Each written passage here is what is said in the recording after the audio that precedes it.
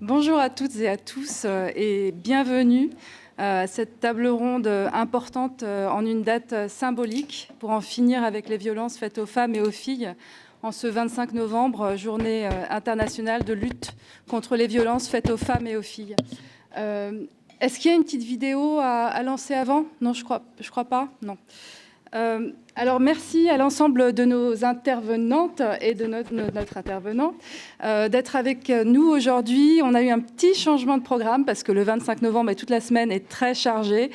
Et puis parce qu'il y a des aléas aussi. Donc Madame la ministre Isabelle Rome est finalement cet après-midi en déplacement à Dijon avec le président de la République et ne peut pas nous joindre.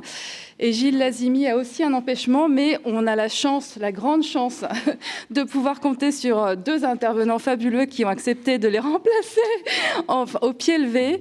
Madame la ministre Sarah Schlitz et puis le docteur Francis Abramovici qui nous rejoint aujourd'hui. Alors, je suis Sophie Pouget et je suis la déléguée générale de la Fondation Raja Daniel Marcovici. Et dans le cadre de l'Université de la Terre, nous avons voulu organiser cette table ronde pour faire le point sur la prise en charge des violences sexuelles et sexistes en France. C'est un sujet que la Fondation porte depuis sa création, en 2006, il y a 16 ans. Nous agissons concrètement en France en cofinançant des projets de terrain qui sont engagés concrètement afin de permettre aux femmes et aux filles de ne plus être victimes de violences ou de ne jamais l'être. On agit aussi à l'international, dans des pays où la situation est critique, comme en Afghanistan ou en Pologne, et on intervient en France, où on a soutenu beaucoup de projets, dont certains que vous connaissez sans doute, comme celui de la Maison des femmes de Saint-Denis, qui a été fondée en 2016 par la gynécologue obstétricienne Rada Hatem.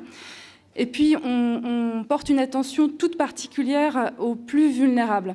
Et pour cela, on soutient des projets qui visent des femmes particulièrement marginalisées et vulnérables. On est aux côtés, par exemple, du centre Primo Levi, qui fait un travail fabuleux, qui accompagne des femmes exilées qui ont été victimes de violences à la fois dans leur pays d'origine et tout au long de leur parcours d'exil.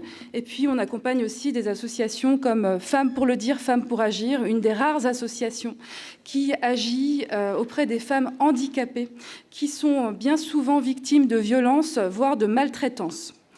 Et puis, évidemment, on est aux côtés d'acteurs nationaux d'envergure qui sont très engagés dans la lutte contre les violences faites aux femmes et aux filles, et dont certains qui sont ici avec nous ce soir.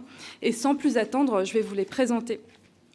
Alors, je vais vous présenter tout de suite à ma gauche Françoise Brier.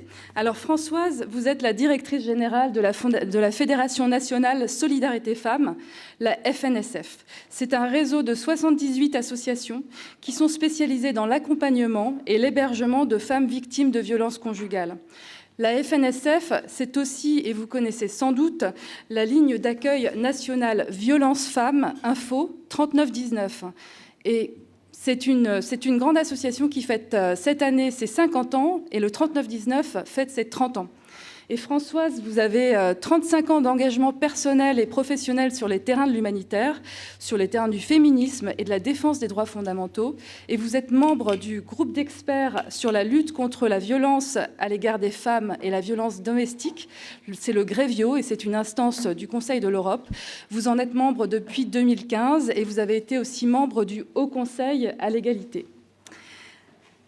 À côté, Clémence Pajot. Clémence, bienvenue. Vous êtes depuis 2021 la directrice générale de la Fédération nationale des centres d'information sur les droits des femmes et des familles. C'est la FNCIDFF. La FNCIDFF, qui fête aussi ses 50 ans, a été créée en 1972 par une décision gouvernementale et elle compte aujourd'hui 98 centres dans toute la France, 2300 permanences et c'est 400 000 femmes bénéficiaires qui ont été accompagnées l'an dernier. Clémence, vous avez été auparavant directrice du centre Hubertine Auclair qui mobilise un réseau unique d'associations féministes, de collectivités locales et de syndicats engagés pour l'égalité et contre les violences en Île-de-France. Iris Maréchal.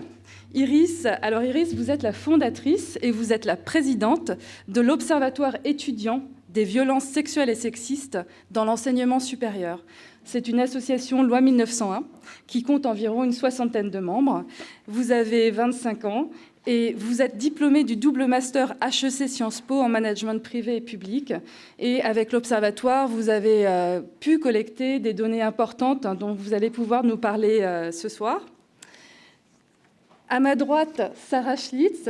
Madame la ministre, bonsoir et merci de venir aujourd'hui. Vous êtes secrétaire d'État à l'égalité des genres, à l'égalité des chances et à la diversité au gouvernement fédéral belge depuis octobre 2020. C'est pour la première fois d'ailleurs que le gouvernement belge fédéral dispose d'un ministère uniquement dédié aux questions d'égalité avec un véritable budget. Et ça, c'est important. Vous êtes une femme politique, vous êtes une militante cycliste et féministe. Vous êtes engagée. Vous êtes engagée pour les droits des femmes, les droits des personnes LGBTQIA+, les droits humains et contre le racisme. En somme, vous êtes connue pour l'ensemble de vos engagements de terrain et vos liens étroits avec la société civile à travers toute la Belgique.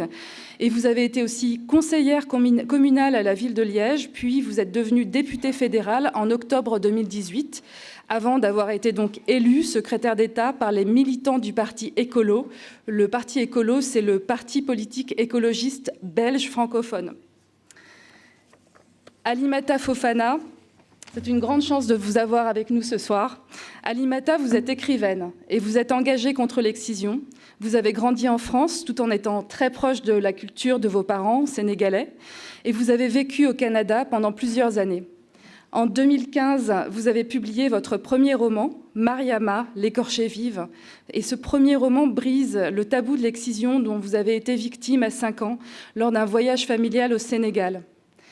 Et vous venez de publier cet été, le 24 août, votre second roman, À l'ombre de la cité Rimbaud, aux éditions du Rocher. Et j'espère qu'après cette table ronde, vous allez tous vous précipiter pour l'acheter et le lire, parce que c'est un récit qui est bouleversant et qui interroge sur la situation de nombreuses jeunes filles qui sont en France, mais qui sont tiraillées entre deux cultures, entre deux territoires, et puis finalement entre deux avenirs. Et c'est aussi un témoignage qui est le vôtre et qui vous permet de revenir sur le traumatisme de l'excision et puis ses conséquences. Et puis Francis Abramovici, Alors, merci encore de venir. Francis, vous êtes médecin généraliste à l'ANI et puis vous êtes secrétaire général du Collège de médecine générale. Vous avez pu travailler à Médecins du Monde, avec l'association Médecins du Monde. Vous avez travaillé sur des sujets importants comme la lutte contre le paludisme, la prise en charge du VIH. Vous avez une expérience de terrain, Cambodge, Cameroun, Maroc. Et puis, depuis une quinzaine d'années, vous vous attachez à former les professionnels de santé, vos confrères et vos consoeurs, pour repérer les psychotraumatismes anciens, les femmes qui ont été donc, dans le passé victimes de violences. Et vous vous intéressez aussi à la question qui est tout aussi importante, qui est celle de soigner les violents. Voilà. Alors, merci encore à vous. Et puis, sans plus attendre, moi, je voudrais juste, avant de commencer ce débat, poser là quelques chiffres, parce qu'ils disent tout. 5 ans après le MeToo, en France, une femme est tuée tous les 3 jours par son conjoint ou son ex-conjoint. Une femme sur 2 a déjà subi des violences sexuelles au cours de sa vie. Et c'est 94 000 femmes qui sont victimes de viols chaque année. C'est une femme toutes les 7 minutes. Et malgré ces chiffres qui sont à la hausse, on constate qu'on a seulement 10% des victimes qui portent plainte et que 80% de ces plaintes sont classées sans suite et que seulement 1% de ces plaintes aboutissent à une condamnation pénale. 10%, 80%, 1%. Voilà. Donc, je vous propose de commencer par un petit état des lieux de ces sujets-là, avant de réfléchir aux solutions qui existent, sur lesquelles vous travaillez toutes et tous. Et je me tourne vers Clémence. Clémence, vous êtes directrice générale de la Fédération nationale des centres d'information sur les droits des femmes et des familles. On constate une hausse de 33% des violences sexuelles, une hausse des féminicides de plus de 20%. Quel est le constat que vous faites quant à l'évolution de ces violences ?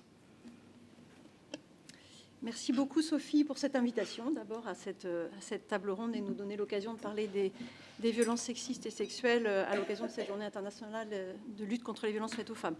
Alors peut-être pour préciser de là où je parle, les centres d'information sur les droits des femmes et des familles effectivement ont pour mission de favoriser et de développer l'autonomie des femmes à travers à la fois l'accès aux droits et l'insertion socio-professionnelle des femmes. Et c'est près de 45 000 femmes victimes de violences sexistes et sexuelles que nous accueillons et que nous informons chaque année dans tous nos centres, donc en France et dans les territoires d'outre-mer. Et ce qu'on observe, alors d'abord je voudrais donner une définition des violences sexistes et sexuelles. C'est vrai que c'est important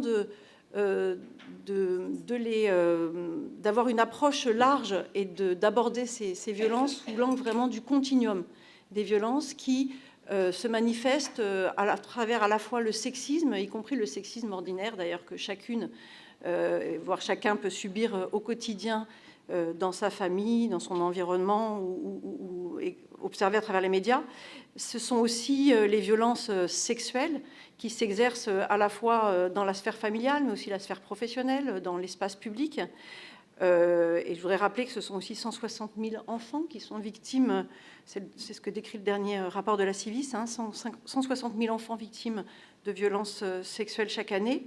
Ce sont aussi les violences conjugales, et les violences conjugales, ça comprend bien sûr les violences physiques, mais aussi les violences psychologiques, les violences administratives, les violences économiques, les violences sexuelles, le viol conjugal, qui sont beaucoup plus difficiles à dénoncer et parfois même à objectiver. Et puis, ce sont aussi les mutilations sexuelles, les mariages forcés, la prostitution, les violences obstétricales. Voilà, et c'est ce continuum des violences que les femmes subissent. Ce sont des violences qui souvent se cumulent pour les femmes. Et c'est l'ensemble des femmes qui subissent ces violences que nous accueillons dans les CIDFF. Et donc, nous, ce qu'on observe depuis 2 ans, c'est effectivement une augmentation du nombre de femmes qui se présentent à nous, qui sont accueillies et informées dans les CIDFF. On a observé près de 10% d'augmentation de ces publics en 2021 et 18% comme augmentation du nombre d'entretiens que nous avons menés, ce qui veut dire que ces violences sont plus graves et plus complexes. Alors, on a aussi, parmi les chiffres que peut-être qu'on peut aussi citer, on a 10% d'augmentation de plaintes qui ont été observées en 2021. Bon, cela dit, on peut faire l'hypothèse que l'augmentation de ces déclarations et du nombre de femmes qui se présentent à nous pour demander de l'aide, ça peut être aussi la conséquence du mouvement MeToo et du Grenelle. C'est difficile, en fait, d'interpréter ces chiffres, d'affirmer que les violences ont augmenté. Ce qui est certain, c'est qu'elles sont encore extrêmement importantes dans notre société et que les femmes déclarent davantage de violences depuis quelques années. Alors, ce qu'il faut aussi avoir en tête, c'est que ces chiffres sont bien en dessous de la réalité. Les données dont on dispose, c'est des données qui sont publiées soit par l'État, soit par les associations. Et on sait qu'une majorité de femmes victimes de violences sexistes et sexuelles ne déclarent pas ces violences. Et donc, c'est vraiment, j'ai envie de dire, la face immergée de l'iceberg, finalement, que ces chiffres décrivent. Parmi les violences, en tout cas, qui se développent et qu'on observe justement un développement extrêmement inquiétant, moi je voulais parler des cyberviolences. Depuis une dizaine d'années, avec le développement des outils numériques, on a vu une explosion de toutes les formes de cyberviolence à caractère sexiste et sexuel et la façon dont les outils numériques sont utilisés pour mieux contrôler, surveiller, humilier, harceler les femmes, avec malheureusement encore des moyens totalement insuffisants pour à la fois lutter contre cette cybercriminalité, mais aussi des condamnations bien en dessous de la gravité des faits et une prise en compte toute relative finalement de ces formes de violence, à la fois par les forces de l'ordre et par la justice, mais aussi une banalisation dans notre société, puisqu'elles sont très souvent minimisées par les femmes elles-mêmes qui les subissent, mais aussi par leur entourage.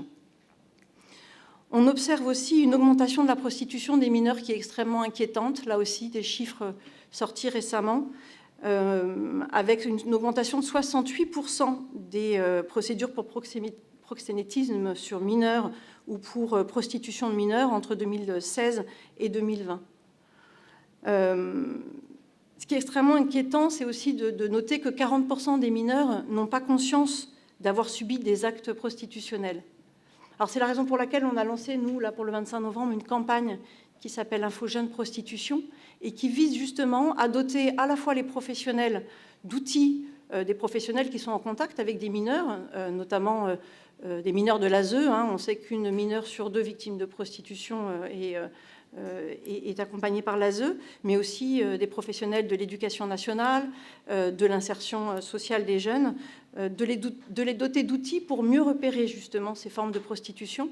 Et puis on a aussi produit 4 petits films d'animation qui sont cette fois-ci destinés aux jeunes et qui vont être utilisés dans des séances de sensibilisation auprès des adolescentes et adolescents. Je voulais parler aussi du rapport du Sénat qui est sorti récemment et qui montre l'ampleur des violences qui sont perpétrées et véhiculées par et dans l'industrie pornographique. Ça aussi, c'est dans la continuité du mouvement MeToo. Ce sont des révélations qui sont extrêmement importantes pour montrer à quel point notre culture est imprégnée de la culture du viol et des violences sexuelles et à quel point les représentations sur la sexualité sont marquées par des normes de violence et par cette culture du viol, mais aussi par des représentations sexistes, racistes, homophobes et des inégalités qui sont de plus en plus exacerbées dans les représentations qui sont véhiculées par ces films. D'autres constats que je voulais partager avec vous, c'est d'abord qu'au fil des années, l'arsenal législatif s'est renforcé. On en parlera tout à l'heure, encore des améliorations à apporter, mais on peut constater qu'aujourd'hui, l'arsenal législatif est quand même relativement complet pour condamner les violences sexistes et sexuelles. Et pourtant, et puis on a également un portage politique fort, en tout cas des déclarations au plus haut niveau de l'État, qui visent à faire de la lutte contre les violences faites aux femmes et de l'égalité femmes-hommes, plus généralement, une priorité politique. On peut aussi se constater et se réjouir du fait qu'aujourd'hui, on ne considère plus les violences sexistes et sexuelles comme une affaire privée. C'est devenu vraiment un objet de politique publique et une priorité de politique publique. Et pourtant, vous l'avez signalé, encore 80% effectivement d'affaires de violences conjugales classées sans suite, un très faible taux de condamnation. Les condamnations pour viol ont baissé de 40% en 10 ans. Donc on a aujourd'hui, dans la réalité, une grande difficulté pour les femmes à faire valoir leurs droits. On peut constater, ce qu'on constate finalement, c'est que cette culture du viol et du sexiste est encore omniprésente dans notre société. Et si le seuil de tolérance a baissé, il reste encore effectivement un long chemin à parcourir pour à la fois mieux prendre en compte la dangerosité des auteurs, on y reviendra tout à l'heure, mais aussi pour combattre ces violences sexistes et sexuelles qui sont omniprésentes dans toutes les sphères de la vie des femmes et à tous les âges de la vie des femmes. Merci Clémence et merci de rappeler effectivement la question du proxénétisme et le rapport du Sénat sur la pornographie. J'espère qu'on aura le temps d'en parler un peu plus. Françoise, je me tourne aussi vers vous pour vous poser la même question. Quel constat faites-vous ? La FNSF gère le 3919 et puis comme chaque année à l'occasion du 25 novembre, la FNSF analyse les données du 3919. Alors qu'est-ce que disent les chiffres aujourd'hui en 2022 ? Ça marche ? Oui, bonjour à toutes et à tous. Merci Sophie pour cette invitation. Ce que je voulais dire, c'est pour un petit peu rebondir sur les propos de Clémence, c'est que les violences sexistes, elles se déroulent dans un contexte d'inégalité, de stéréotypes sexistes, et dans l'accès aux ressources aussi pour les inégalités, dans l'éducation, dans la sphère politique, dans la sphère privée. Et donc bien se rappeler que c'est un phénomène qui est vraiment prégnant dans toutes les sociétés à travers le monde, et évidemment avec des différences dans la mesure où il y a des conflits et où aussi il y a un état de droit ou des lois qui ne protègent pas les femmes. Ce que je voulais dire, c'est que dans le réseau Solidarité Femmes, on est aussi à peu près dans les mêmes chiffres que que ceux du CIDF en nombre de femmes accompagnées. C'est pas pour vous abreuver de chiffres, mais c'est pour montrer un peu l'ampleur. Donc 45 000 femmes accompagnées et hébergées, puisque nous, on dispose de 3 700 places d'hébergement dans notre réseau.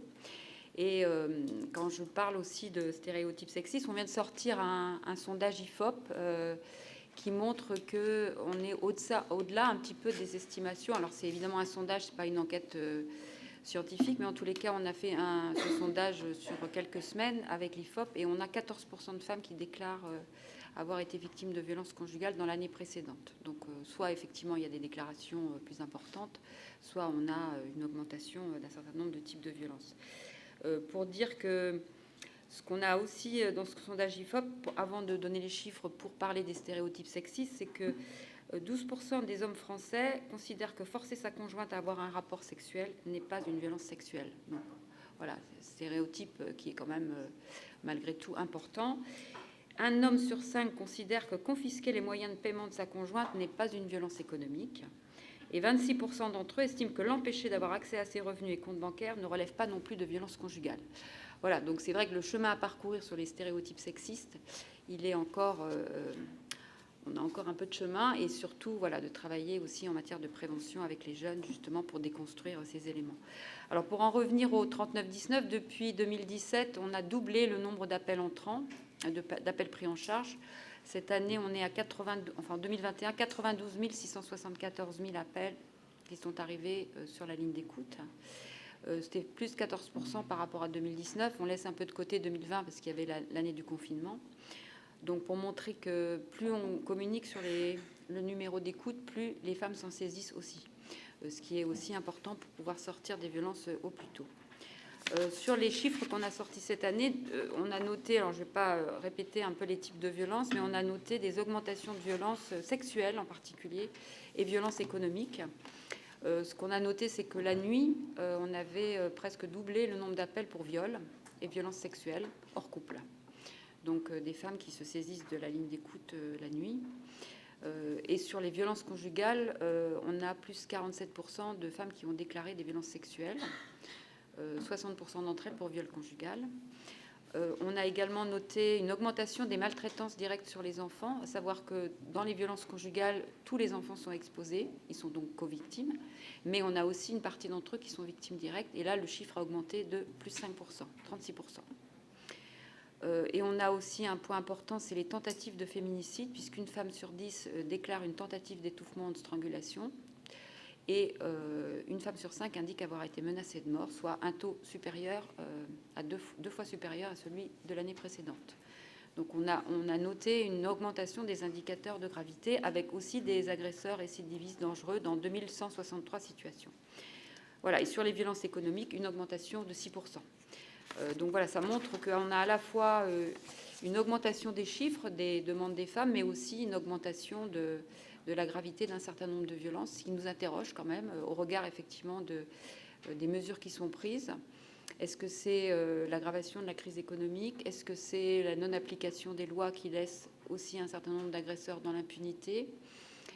Est-ce que voilà, c'est une interrogation qu'on peut avoir alors qu'effectivement on a un arsenal législatif qui est quand même plutôt bien construit, même si on y reviendra, il y a des améliorations à apporter. Mais en tous les cas, ça montre aussi que c'est peut-être une réaction aussi, en tous les cas, des femmes qui veulent partir tôt et donc d'agression forte parce qu'elles cherchent à partir, en sachant qu'il ne faut pas non plus se désespérer. Voilà, il y a beaucoup d'associations, il y a les CIDF, il y a les associations du réseau Solidarité Femmes, d'autres réseaux voilà, qui sont aussi très présentes sur le terrain en France et qu'on peut être accompagné, on peut être suivi et on peut sortir des violences en étant mis en sécurité et avec une reconstruction qui prendra le temps nécessaire en tous les cas et qui aboutit souvent à des femmes qui vont rebondir dans leur vie. Et notre travail à nous aussi, c'est de travailler sur leur émancipation, c'est-à-dire que beaucoup de travail en collectif pour que aussi on déconstruise les stéréotypes sexistes, l'intériorisation d'un certain nombre de rôles sexués qu'elles ont, pour qu'elles puissent rebondir aussi dans leur vie en ayant ces lunettes de sexisme et de genre, pour peut-être avoir un autre conjoint et aussi dans l'éducation de leurs enfants avec ces questions d'égalité bien en tête. Voilà, ça fait partie de notre travail aussi de conscientisation à travers des accueils collectifs, des groupes de parole, qui sont, par exemple, aujourd'hui, je sais que le 25 novembre, beaucoup d'associations du réseau participent à des actions publiques avec les femmes hébergées ou suivies pour travailler justement sur la déconstruction de ces stéréotypes sexistes et échanger en tous les cas sur ce que sont les violences sexistes. Voilà, merci. Merci Françoise. Et alors, vous avez mentionné les violences économiques. C'est une campagne que mène en ce moment, une campagne de sensibilisation que mène en ce moment la FNSF. Alors, pourquoi ces violences particulièrement? Pourquoi ce sujet-là? Et pourquoi sont-elles aussi graves que les violences sexuelles? Alors, la question des violences économiques, c'est d'abord une violence qui n'est pas très reconnue, qui souvent est préexistante à d'autres formes de violence ou concomitantes. C'est par exemple la privation des ressources, l'interdiction d'aller travailler, le fait qu'un conjoint peut séquestrer sa conjointe et donc l'obliger à avoir des abandons de poste, avec ce que ça peut comporter derrière comme sanction aussi sur le plan de leur emploi. Ça peut être aussi le surendettement, comment certains conjoints vont régler par exemple l'achat de l'appartement et en même temps laisser madame payer toutes les factures qui ne se voient pas finalement. Et quand il va y avoir la séparation, ça va être compliqué pour madame de prouver qu'elle a aussi participé à ces achats. Ça peut être aussi l'interdiction de se nourrir. On voit parfois des femmes qui ont juste 20 € d'argent de poche, entre guillemets, toutes les semaines pour se nourrir avec leurs enfants, etc. etc. Et puis après la séparation, ce sont aussi le non-paiement de ce qu'on appelle couramment les pensions alimentaires ou les retards de paiement, les abandons de famille, mais aussi la multiplication des procédures judiciaires, c'est-à-dire comment l'agresseur va multiplier les procédures et pour effectivement épuiser les femmes, bien sûr, mais aussi les rendre exsangues financièrement, faire traîner en fait toutes les procédures, etc. Donc on voit que c'est un point important. Et ce qu'on a noté au 39-19, c'est qu'on a un très gros différentiel entre les auteurs de violences et les femmes. On a un différentiel de 2 à 3 fois supérieur que dans la population normale. Entre les femmes qui travaillent, ils sont un peu moins de 50%, et les auteurs de violences qui sont à 70% en emploi. Ça veut dire qu'on a vraiment ces violences économiques, elles ont un impact très fort sur la précarisation des femmes, leur indépendance économique et leur émancipation. C'est pour ça qu'il faut les faire connaître. Donc on vient de sortir un spot qui s'appelle iMoney. C'est une fiction, mais qui en fait n'est pas une fiction puisque c'est la réalité que vivent des femmes au quotidien.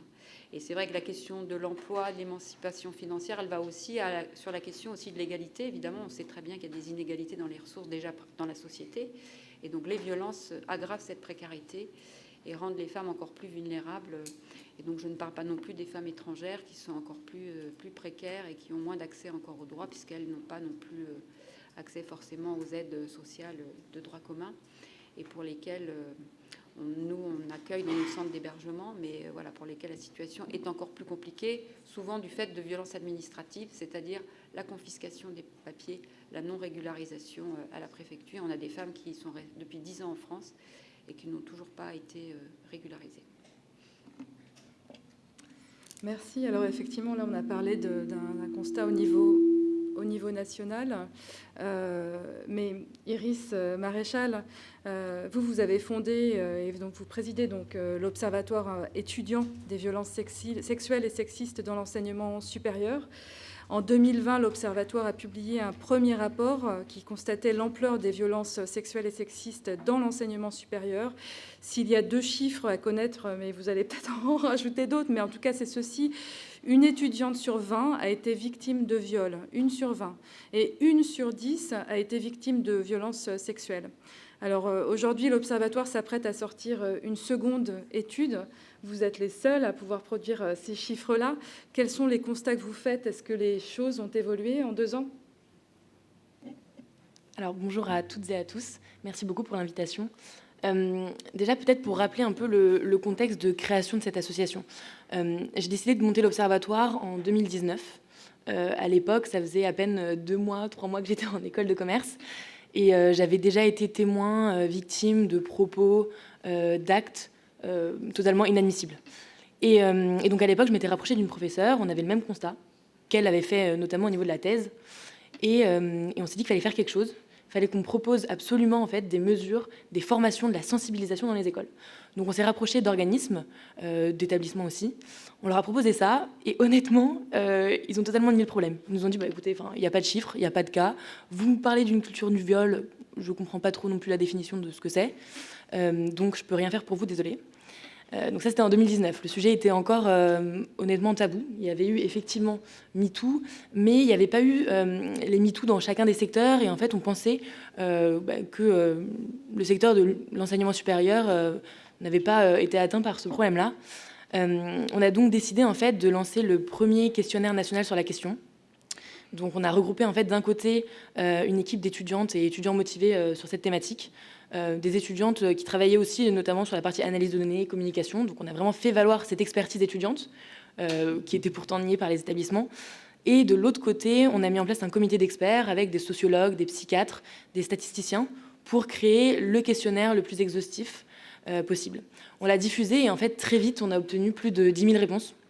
On a diffusé dans toute la France, tous les niveaux d'études, tous les types d'études aussi. Et effectivement, comme vous le disiez, les résultats étaient alarmants.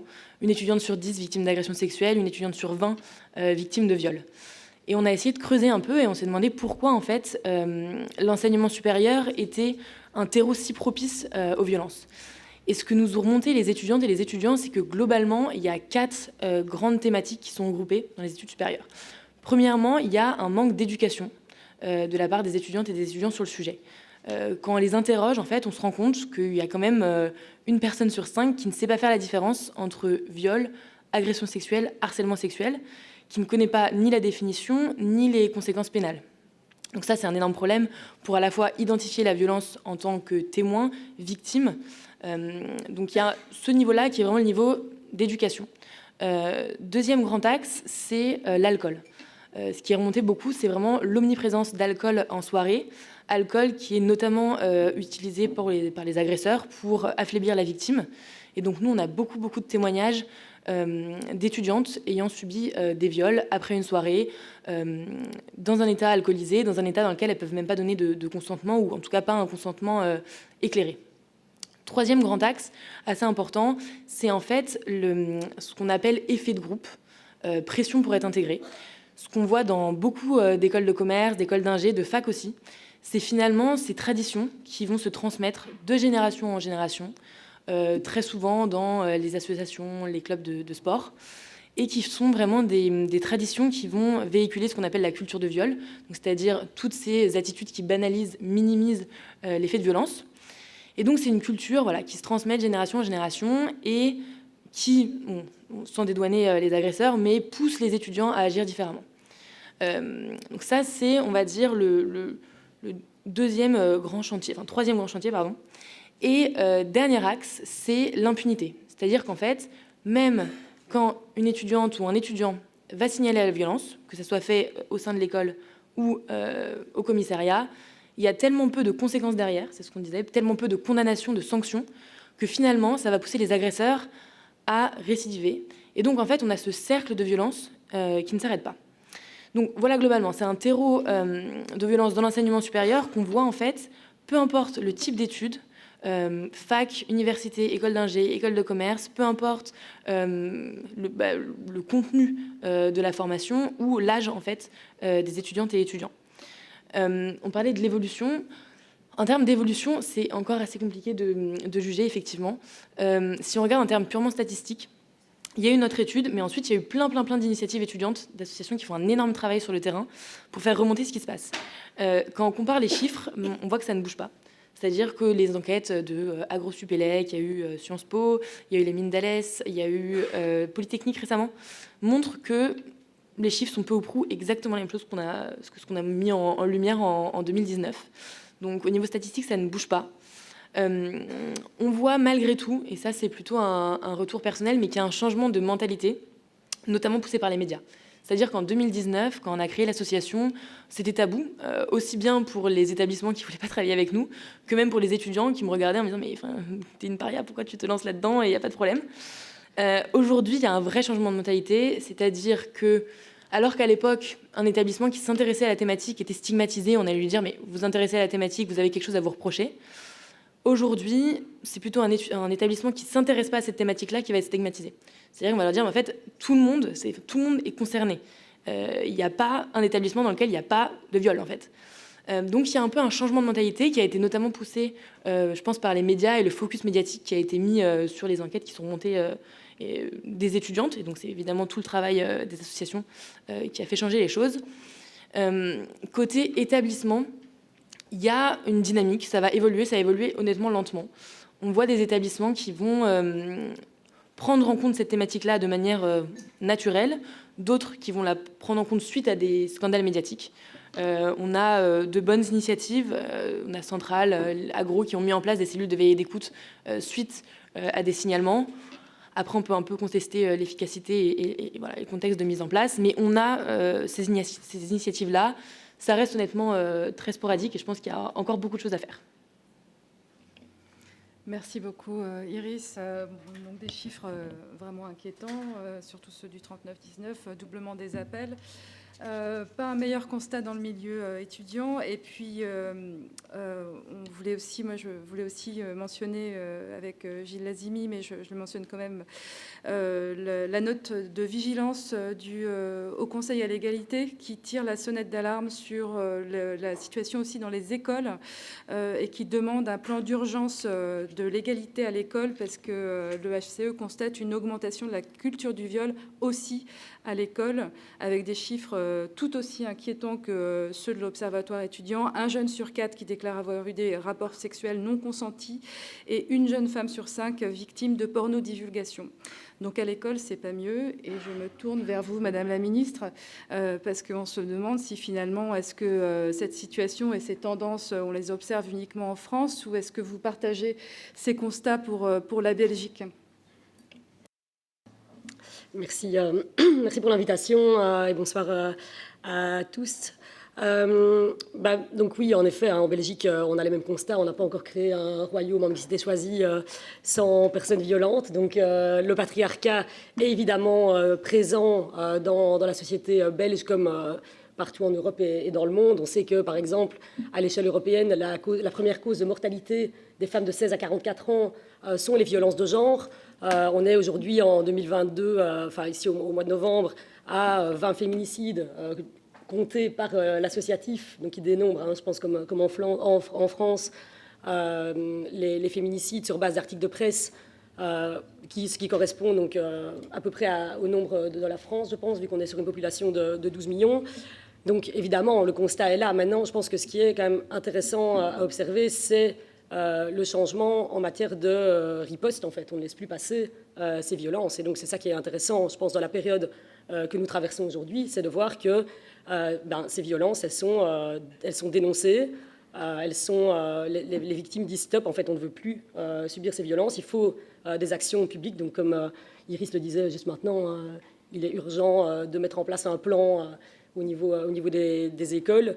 Et donc ça se passe dans plein de milieux de la société, que ce soit au niveau du sport. On le voit aussi à Bruxelles, on a eu le mouvement Balance ton bar qui dénonçait les violences sexuelles et sexistes dans le milieu de la nuit, Balance ton folklore qui dénonçait les violences sexuelles et sexistes dans le milieu universitaire, MeToo Academia, plutôt au niveau des relations de pouvoir qui peuvent exister au niveau académique.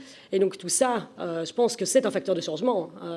Et il me semble, en tout cas moi en tant que décideuse politique, c'est ça que je trouve qui donne de l'espoir, en tout cas, pour la suite, c'est de se dire qu'il y a un mouvement social fort qui dénonce le caractère systématique de ces violences, qui est enraciné dans les structures de notre État et pour lesquelles il faut des actions fortes au niveau politique, mais aussi de la part d'autres acteurs. Je pense au monde de la nuit, je pense au milieu universitaire, pour éradiquer ces violences. Et donc, je pense que c'est là, en fait, en tout cas moi, que j'ai envie de me tourner pour regarder la situation et le diagnostic actuel.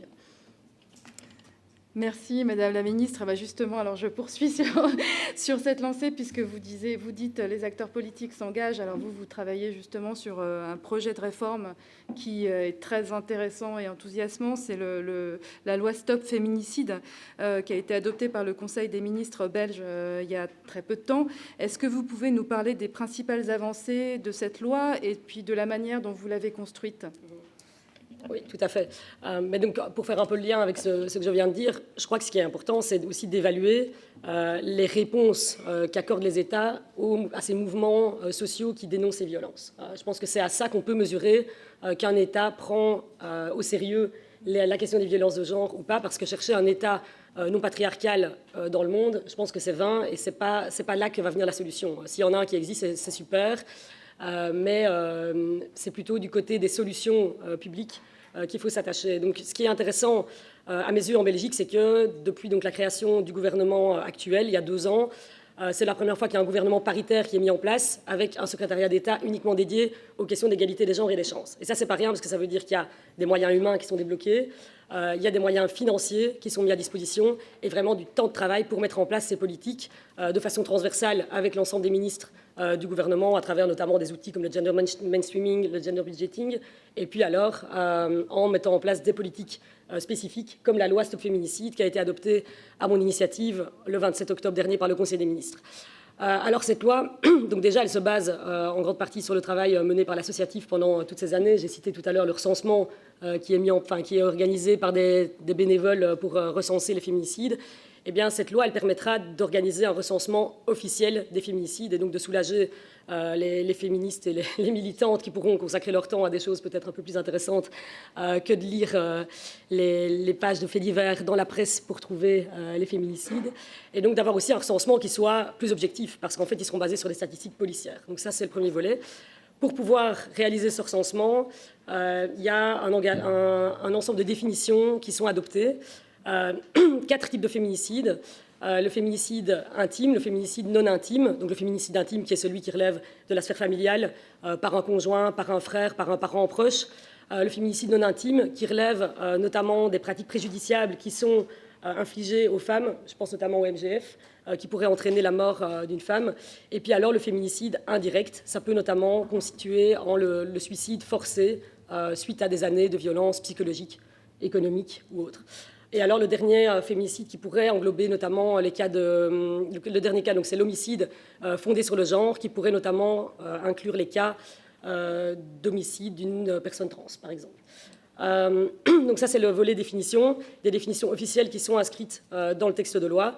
Et ça, c'est une première en Europe d'avoir des définitions qui sont établies dans un texte, et ça pourra être utilisé dans le cadre d'autres textes de loi, de pouvoir s'appuyer sur les définitions qu'on a inscrites dans ce texte. Le deuxième volet, c'est le volet de protection, donc des mesures de protection concrètes des victimes, par exemple l'instauration et la généralisation d'un outil d'évaluation des risques qui sera utilisé pour évaluer le danger auquel est exposée une victime de tentative de féminicide. Et donc ça veut dire qu'à chaque étape de l'enquête, on devra réévaluer le niveau de danger et déployer des outils de protection adéquats. Je pense par exemple à l'éloignement de l'auteur des violences, du domicile conjugal, l'interdiction de lieu, l'interdiction de contact. On est aussi en Belgique en train de déployer une alarme anti-rapprochement. Et donc lorsque l'auteur se rapproche de la victime, la police est alertée et arrive dans les 10 minutes. Et donc ce type d'outils pourront être mis en place pour protéger la victime. Ça, c'est fondamental. Il y a aussi un gros volet formation. Ça, c'est pour nous central. On parlait tout à l'heure de la question de l'étranglement. Alors, en effet, on peut constater une augmentation des cas. Mais en fait, ce qui est important, c'est aussi de noter que les policiers inscrivent le mot étranglement dans les PV au moment du dépôt de plainte. Parce qu'en fait, ce qu'on constate, c'est que quand le PV est mal libellé, qu'on n'inscrit pas le mot étranglement alors que c'est un signe manifeste de risque de féminicide, ça veut dire que le parquet passe à côté du danger auquel est exposée la victime. Et donc c'est aussi ça, la formation des policiers, c'est pouvoir leur permettre de détecter, d'être alertés par des signaux qui peuvent du coup leur indiquer quelles mesures de protection doivent être mises en place. Donc ça, c'est aussi un élément qui fait partie de cette loi. Voilà. Merci Madame la Ministre. Définition des féminicides, formation des professionnels et des policiers notamment dans la rédaction des procès-verbaux. On va regarder attentivement ce qui se passe chez nos voisins belges. On n'a pas parlé jusqu'à présent, mais vous en avez un tout petit peu, vous l'avez mentionné, d'une forme de violence qui est toute particulière, qui est une forme de torture et qui est pénalement réprimée en France, et qui pourtant existe et qui perdure. En France, on estime à 100 000 le nombre de femmes qui sont concernées par l'excision, et dont 3 sur 10 qui sont excisées dans leur pays d'origine. Alimata Fofana, merci d'être avec nous ce soir. Vous avez raconté dans votre dernier livre, À l'ombre de la cité Rimbaud, l'histoire de Maya, qui est aussi votre histoire personnelle. C'est l'histoire d'une toute jeune fille qui vit dans un HLM de banlieue et qui, à l'âge de 6 ans, lors de ses premières vacances à Bamako, subit une excision. Vous décrivez Maya, qui est toute jeune et qui est en quelque sorte acculée à forcer son destin, et vous lui faites dire « Je sens que la liberté a un prix, je ne pourrai l'acquérir qu'en enfreignant les règles, qu'en me battant, qu'en acceptant de me mettre en danger ». Et on réalise en vous disant combien le processus est long. D'abord, quand on a été victime d'excision, s'affranchir des interdits, reprendre la parole, et ensuite pouvoir espérer guérir. Est-ce que c'est ça votre combat de femme ? Bonsoir, bonsoir à toutes et à tous. Je vous remercie pour l'invitation. Je vous remercie de mettre la lumière sur une pratique ancestrale qu'est l'excision. L'excision, on en parle très très peu. On en parle peu dans les médias. On en parle peu que ce soit dans les hôpitaux, dans les cliniques, mais également dans des associations féministes. Moi, j'ai très très peu entendu parler d'excision, alors qu'on sait pertinemment que l'intégrité physique d'une femme, c'est la chose la plus importante. Donc, moi, Alimata, j'ai subi l'excision à l'âge de 5 ans, comparé à Maya qui l'a subi à 6. Et pourquoi j'ai décidé, pour cette jeune fille, de mettre l'excision à 6 ans ? Parce que, vous savez, le suivi en PMI en France, c'est de 0 à 6 ans. Et à 6 ans, il n'y a plus de suivi. Et donc, souvent, dans les familles, c'est à ce moment-là que les petites filles sont excisées, parce qu'il n'y a plus du tout de suivi. C'est pour ça que Maya, j'ai préféré la vieillir d'1 an pour qu'on se rende compte qu'à partir de 6 ans, il y a certaines petites filles qui peuvent passer entre les mailles du filet. Donc aujourd'hui, je parle de la question de l'excision parce que je l'ai subie, et je pense que pouvoir apporter des éléments du fait de l'avoir vécu, malheureusement. Et il y a une femme qui m'a dit « Mais Alimata, tu parles pour nous ». Pourquoi elle me dit cela ? Parce qu'il y a le poids du tabou. Le tabou, on ne parle pas de cette pratique. Parce qu'il faut bien comprendre que quand on subit l'excision, on ne dit rien aux petites filles. C'est-à-dire qu'il y a même des bébés qui sont excisés, des bébés de 2 mois, 3 mois. Et désormais, comme je vous l'ai expliqué précédemment, on excise les petites filles. Après 6 ans, il y en a même, c'est 13 ans, 14 ans, 15 ans, donc vous imaginez bien.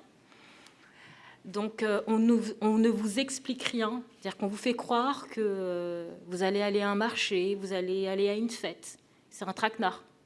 Et là, vous arrivez dans un endroit et vous avez, en tout cas pour ma part, je vois une vieille dame qui était en train de poser une espèce de pommade blanchâtre dans le sexe d'une petite fille. Donc, moi, j'ai 5 ans, je ne sais pas encore ce qu'est l'excision. Je ne dis rien, je vois ça, et à un moment, cette femme me prend le doigt et m'invite à venir, et c'est à ce moment-là que je subis l'excision. Donc, je ne sais pas ce qui m'arrive, une douleur monstrueuse, parce qu'il faut bien comprendre que l'excision est faite sans anesthésie, c'est sur un corps à vif. Donc, vous imaginez la douleur et la souffrance pour un bébé ou une petite fille. Donc, suite à cela, je me relève extrêmement difficilement, je ne peux pas me tenir debout, je perds l'équilibre. Et je dis, parce que c'est une tante qui m'a amenée, et je dis à cette tante, je vais le dire à ma mère. Et quand je retourne retrouver ma mère, ma tante dit à ma mère, ça s'est bien passé. Donc je comprends de manière implicite qu'elle est au courant. Donc je ne peux plus me tourner vers ma mère pour lui raconter ce que j'ai subi. Elle ne me dit rien, donc j'intègre qu'il ne faut pas parler de ça. J'ai 5 ans. Ça s'était passé au Sénégal pour ma part. Je prends l'avion, je retourne en France et je retourne à l'école maternelle. Et je marche toujours très difficilement. Et là, les enseignantes n'ont pas voulu voir. On ne peut pas me faire croire qu'on ne voit pas une petite fille qui a du mal à marcher. Moi qui enseignais dans une école maternelle jusqu'en juillet dernier, un enfant qui a mal, même si je n'étais pas en mesure de nommer la chose, j'aurais pu dire que j'ai mal à cet endroit-là. Donc là, je comprends encore une fois que j'ai subi quelque chose, mais je dois faire comme si ça n'existait pas. Donc ça l'est pour moi, mais ça l'est aussi pour de nombreuses jeunes filles. Donc vous grandissez en vous disant que vous n'avez pas le droit de parler de l'excision. Et dans votre propre famille, on n'en parle pas. Et le tabou est tellement fort qu'on n'en parle pas entre sœurs, Encore moins entre frères. Moi, mes frères, ils ont découvert que j'avais subi l'excision quand mon livre est sorti. J'avais 28 ans. Ça, vous voyez, ça montre le poids dire, le tabou est tellement fort qu'il fait aussi mal presque que l'excision en elle-même, quoi. À partir du moment où vous ne pouvez pas nommer, vous ne pouvez pas dire que vous avez mal, parce qu'il faut bien comprendre que quand vous subissez une pratique comme celle-ci, il y a des conséquences physiques importantes et des conséquences psychiques, parce que c'est un trauma. Donc il va falloir grandir avec ça, et ça veut dire qu'on ne sait pas forcément où se tourner, parce qu'on n'en parle quasiment pas à la télévision. Moi, je me souviens à l'époque, même quand j'entendais certaines féministes, elles ne parlaient pas d'excision. Mais où est-ce que je me tourne quand je suis une jeune fille? C'est vraiment ça, la question. À qui je peux demander de l'aide? Il va de soi que je ne peux pas demander de l'aide à mes parents, parce que c'est eux qui me l'ont fait subir. Je sais que dans ma famille, c'est quelque chose qui se pratique. Je sais en plus que c'est une pratique qui est punie par la loi. C'est-à-dire que je l'intègre et que ça, c'est le propre d'un enfant, il aime ses parents malgré tout. Et c'est ça, c'est très, très complexe. Alors, souvent, on dit, mais oui, mais elle peut porter plainte. Porter plainte contre ses parents, c'est tout de même extrêmement compliqué. Parce qu'on les aime, nos parents. On les aime, et c'est vraiment ce qui est difficile à comprendre, c'est que nos mères, quand elles nous font subir cela, elles pensent le faire pour notre bien. Je ne dis pas qu'elles ont raison, j'essaye d'expliciter. Et il ne faut pas oublier un élément très important, c'est que moi, j'ai subi l'excision, ma mère l'a subi, ma grand-mère l'a subi, mon arrière-grand-mère l'a subi. Et qu'est-ce qui fait qu'il y ait un schéma de répétition? C'est que alors, nos parents, quand ils quittent l'Afrique et ils arrivent, je parle en Occident de manière générale, ils ne maîtrisent pas forcément la langue. Moi, je vois mes parents, ils ne maîtrisaient pas la langue française. Ils n'ont pas été à l'école. Ils ne savaient ni lire ni écrire. Donc, ils arrivent ici, ils sont souvent dans l'urgence. C'est-à-dire qu'ils cherchent un travail. En plus, il faut envoyer des sous au pays là-bas. Donc, ils font comme ils peuvent.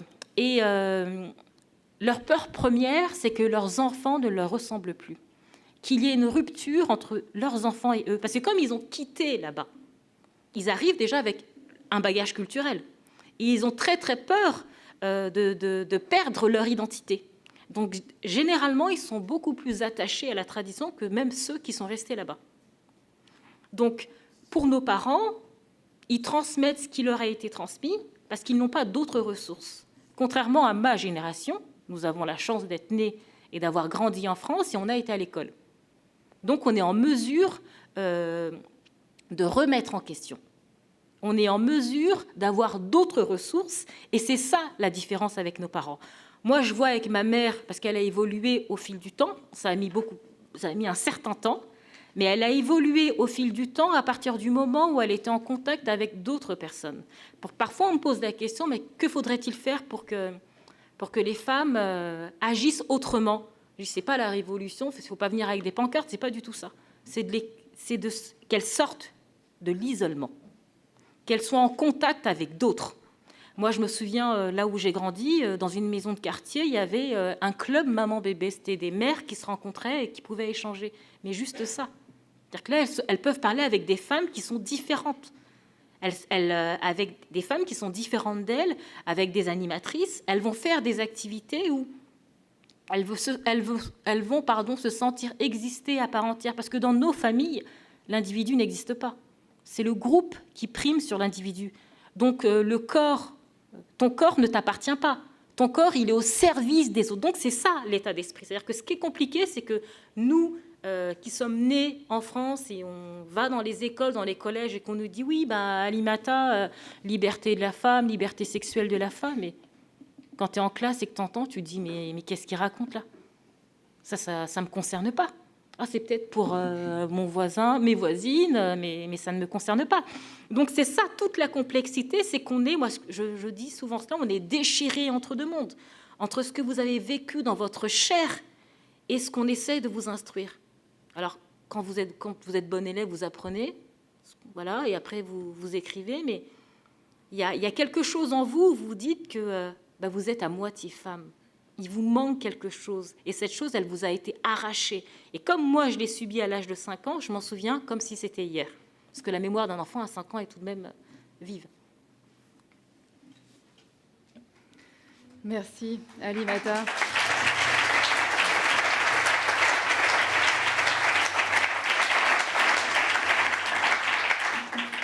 Et merci de poser la question et de mettre le doigt sur cette question de ces femmes qui sont victimes, et qui sont prisonnières et qui sont devenues aussi bourreaux parce qu'elles deviennent exciseuses et parce qu'il y en a aussi ici en France.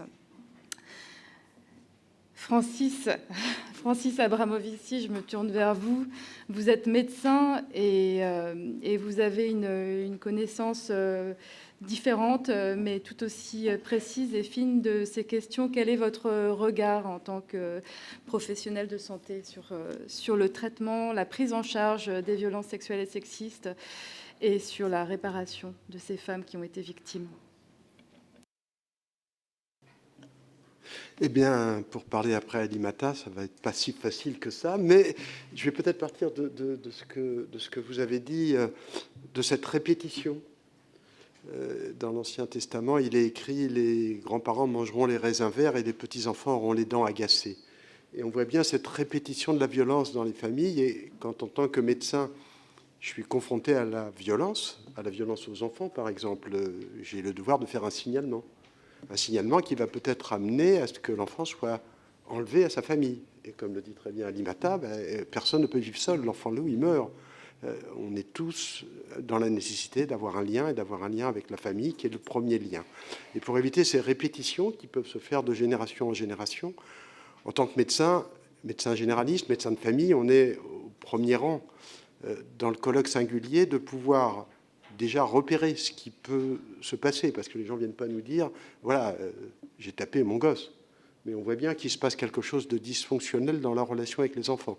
Donc il y a déjà un premier temps qui est celui du repérage de ce qui se passe devant moi dans le temps de la consultation et qui peut nécessiter le signalement ou pas, et comment je fais pour signaler, parce que je ne vais pas signaler à tort et je vais signaler à juste titre. Et pour ça, ça demande une construction d'une relation, ça demande de prendre soin de celui qui est victime, mais aussi prendre soin de celui qui est agresseur, parce qu'en règle générale, il ne va pas bien. C'est aussi quelqu'un qui est en souffrance, soit parce qu'il a subi des souffrances, soit pour d'autres raisons, en tout cas parce qu'il n'y arrive plus.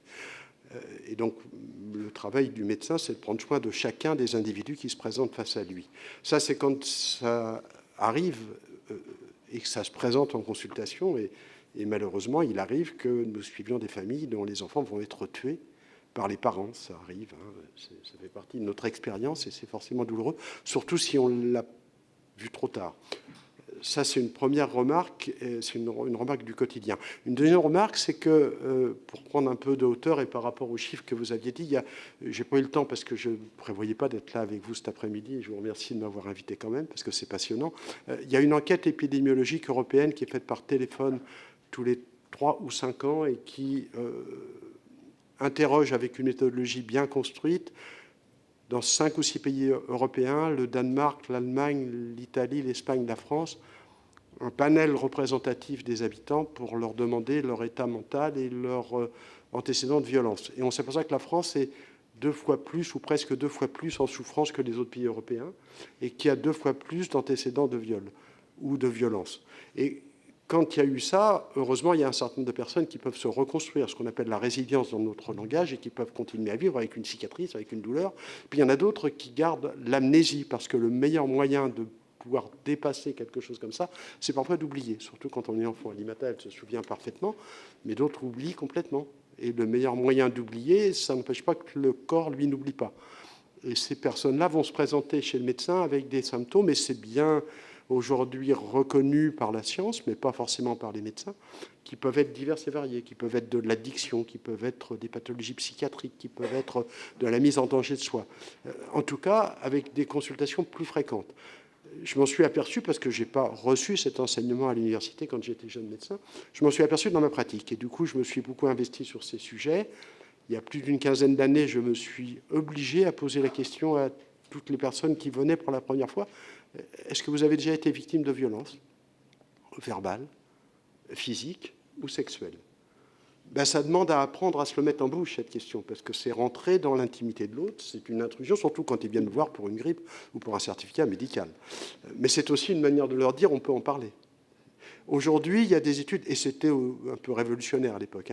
Aujourd'hui, il y a des études, et la Haute Autorité de Santé a sorti pour cette journée, justement, et le Collège de la médecine générale également, une étude montrant que 8 fois sur 10, les femmes disent: vous avez bien fait de m'en parler, ça veut dire que vous êtes prêts à l'entendre. Et je vous remercie de m'en avoir parler. Il y en a 2 qui, par contre, ne sont pas du tout contentes qu'on leur pose la question. Et il faut faire avec aussi. Donc, ce n'est pas si simple que ça. Et puis, aujourd'hui, vous avez sans doute compris qu'on manquait un peu de soignants et de médecins généralistes.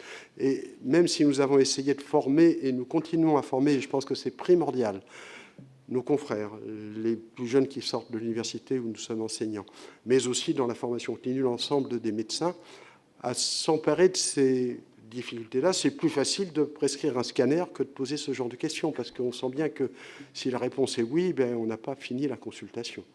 Et faut-il encore avoir les compétences relationnelles, les compétences des ressources? Et ça demande de la formation, c'est pas inné. Hein. Il y avait un président du Conseil de l'Ordre qui était remarquable, qui disait le médecin, c'est inné chez lui. Mais non, c'est pas inné. Il n'est pas différent des autres, il peut avoir subi les mêmes violences que les autres. Il n'y a aucune raison qu'il soit différent des autres.